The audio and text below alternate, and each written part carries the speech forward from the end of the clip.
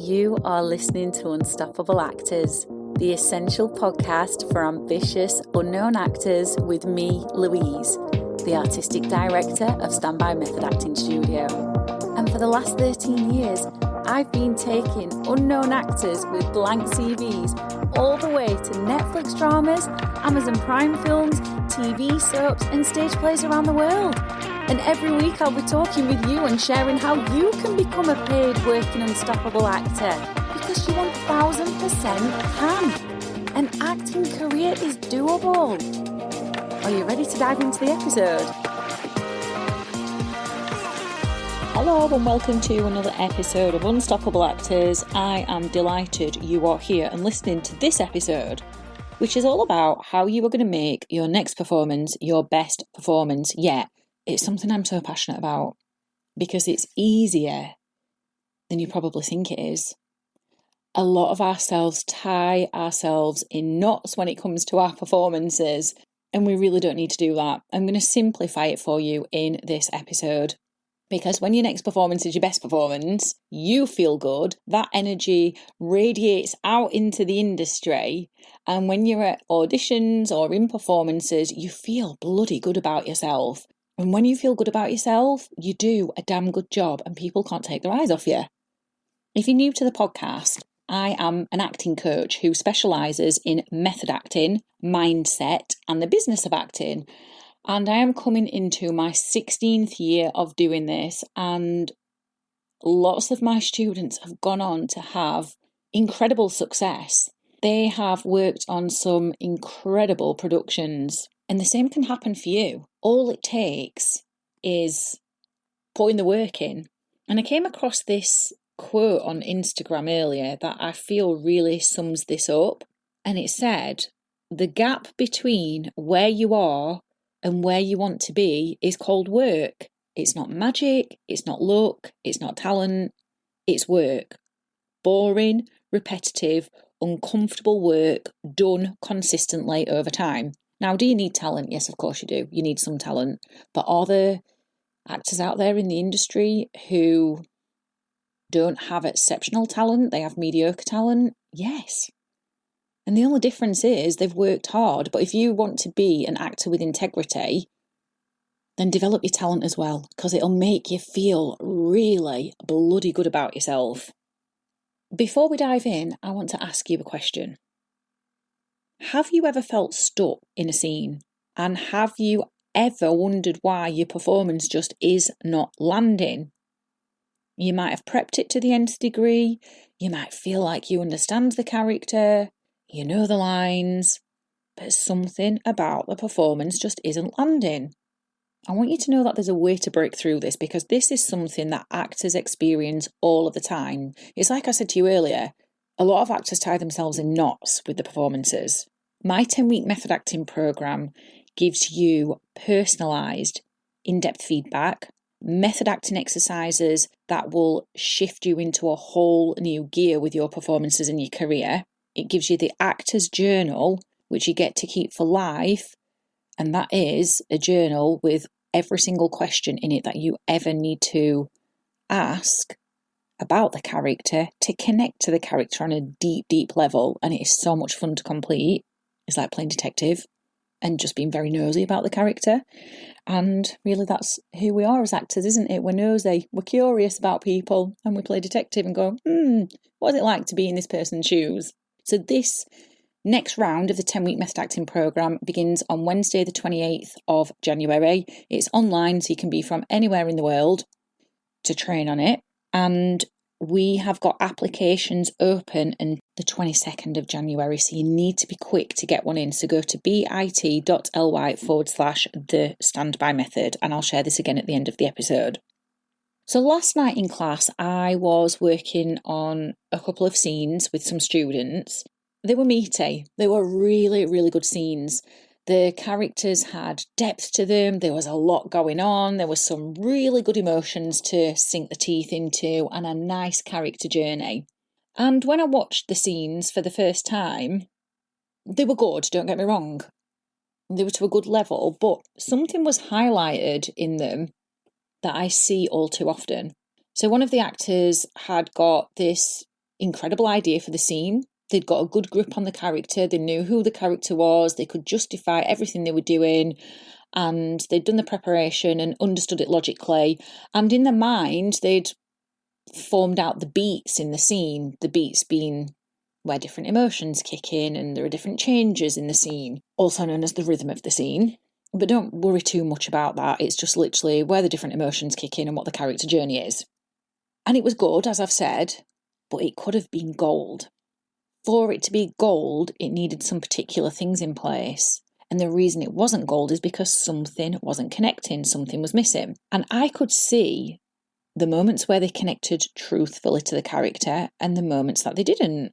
And so when I was offering feedback, I would share the specific lines or the reactions where they were genuinely in the scene, in the moment, in the character, and very much connected and delivering absolute gold.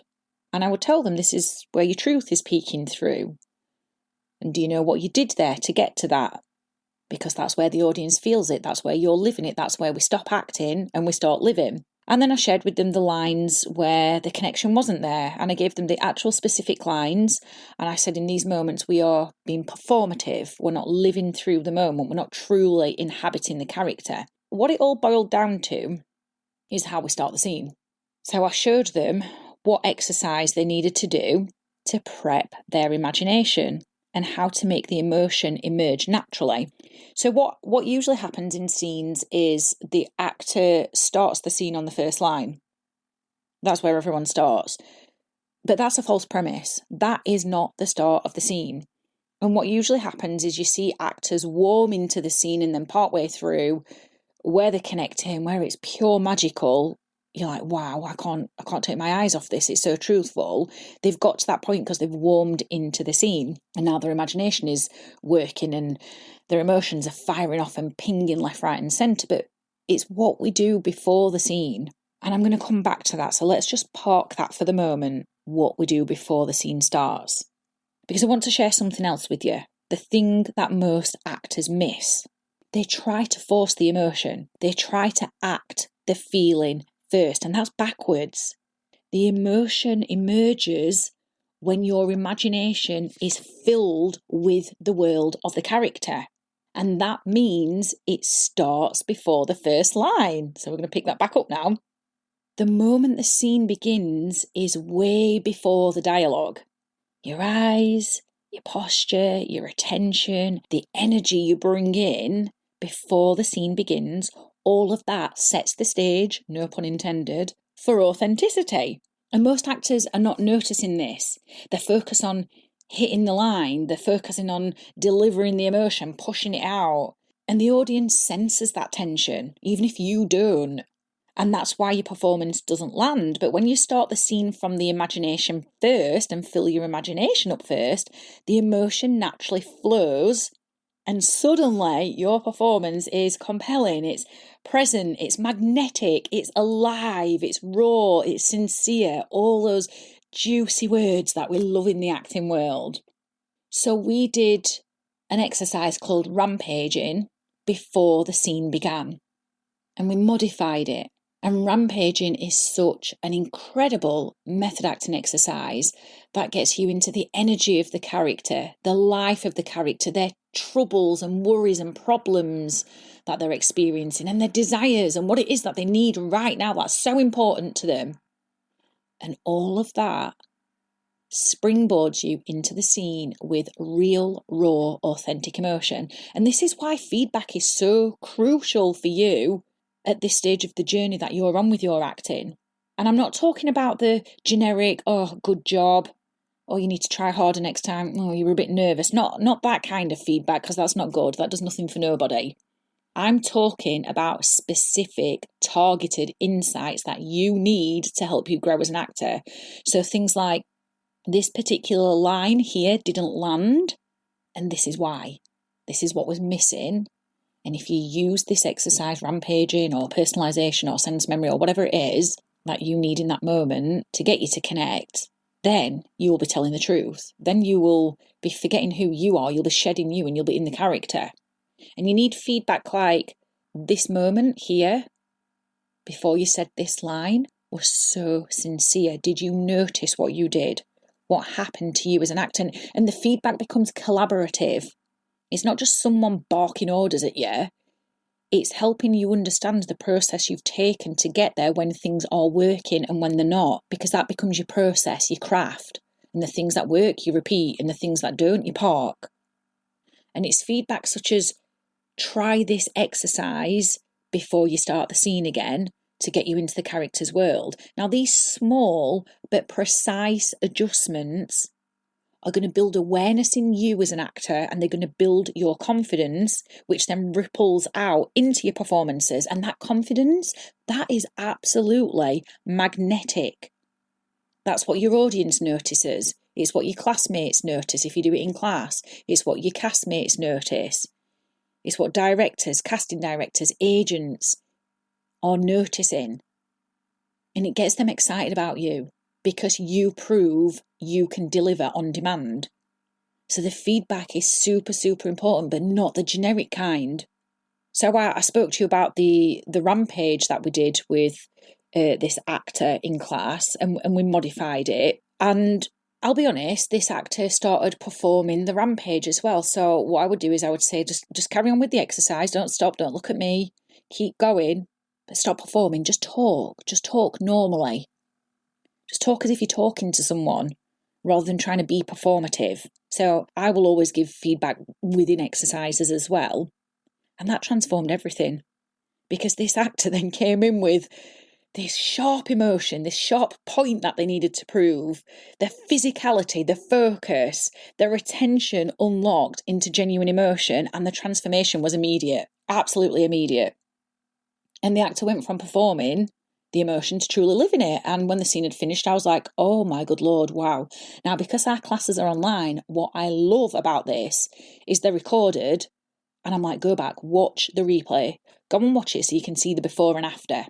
And that is one of the things that our students love about it, because it helps them see for themselves from an outside perspective what change is actually happening rather than just from being in it subjectively. Those are the moments that I aim for in every single class because I'm so excited about them. And then my excitement rubs off on the actor who's already excited anyway because they know they've done an incredible job, and then their excitement rubs off on me, and then it rubs off on everyone else, and before you know it, we're all excited, we're all focused, we're all delivering our best work.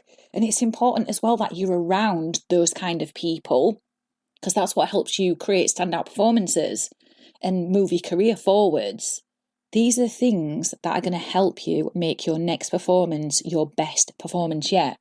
And if you do want to do that and you want my help, and I absolutely do want to coach you, and you want to stop guessing at what exercises you need and trying things and not knowing if they're working, my 10-week method acting program gives you personalised, in-depth feedback. You get assessed every single week in every single class on particular areas, so you always know how you're developing. You get a weekly actors assessment sheet with that personalised feedback on it and the scores. You get exercises that are going to unlock your emotional truth. You get the tools to build self-trust and confidence in every scene. You get supportive guidance to make your performances consistently compelling. And you also get the Business of Acting bootcamp. So once you've got your performances to this incredible level, you go through the bootcamp for the Business of Acting, you go, and now I know how to get myself acting work as well. So it's a win-win all round. We're starting on the 28th of January. Applications close on the 22nd of January. It's online. You can be from anywhere in the world to do it. It doesn't matter about your level of experience. Don't worry about that. What I'm interested in is your passion for acting and can I coach you? So all I need you to do is fill in an application form. So go to bit.ly/the-standby-method. I'll see you again soon. I've absolutely loved hanging out with you, and I really hope you found this episode inspiring. If you have, please do rate the podcast and hit follow so you never miss an episode, and I can help more actors like you. And come and join one of the most supportive, uplifting acting communities on socials, the Unstoppable Actors Facebook group, where you'll get your weekly injection of inspiration, networking, and receive your free Method Actors handbook so you can become an unstoppable actor.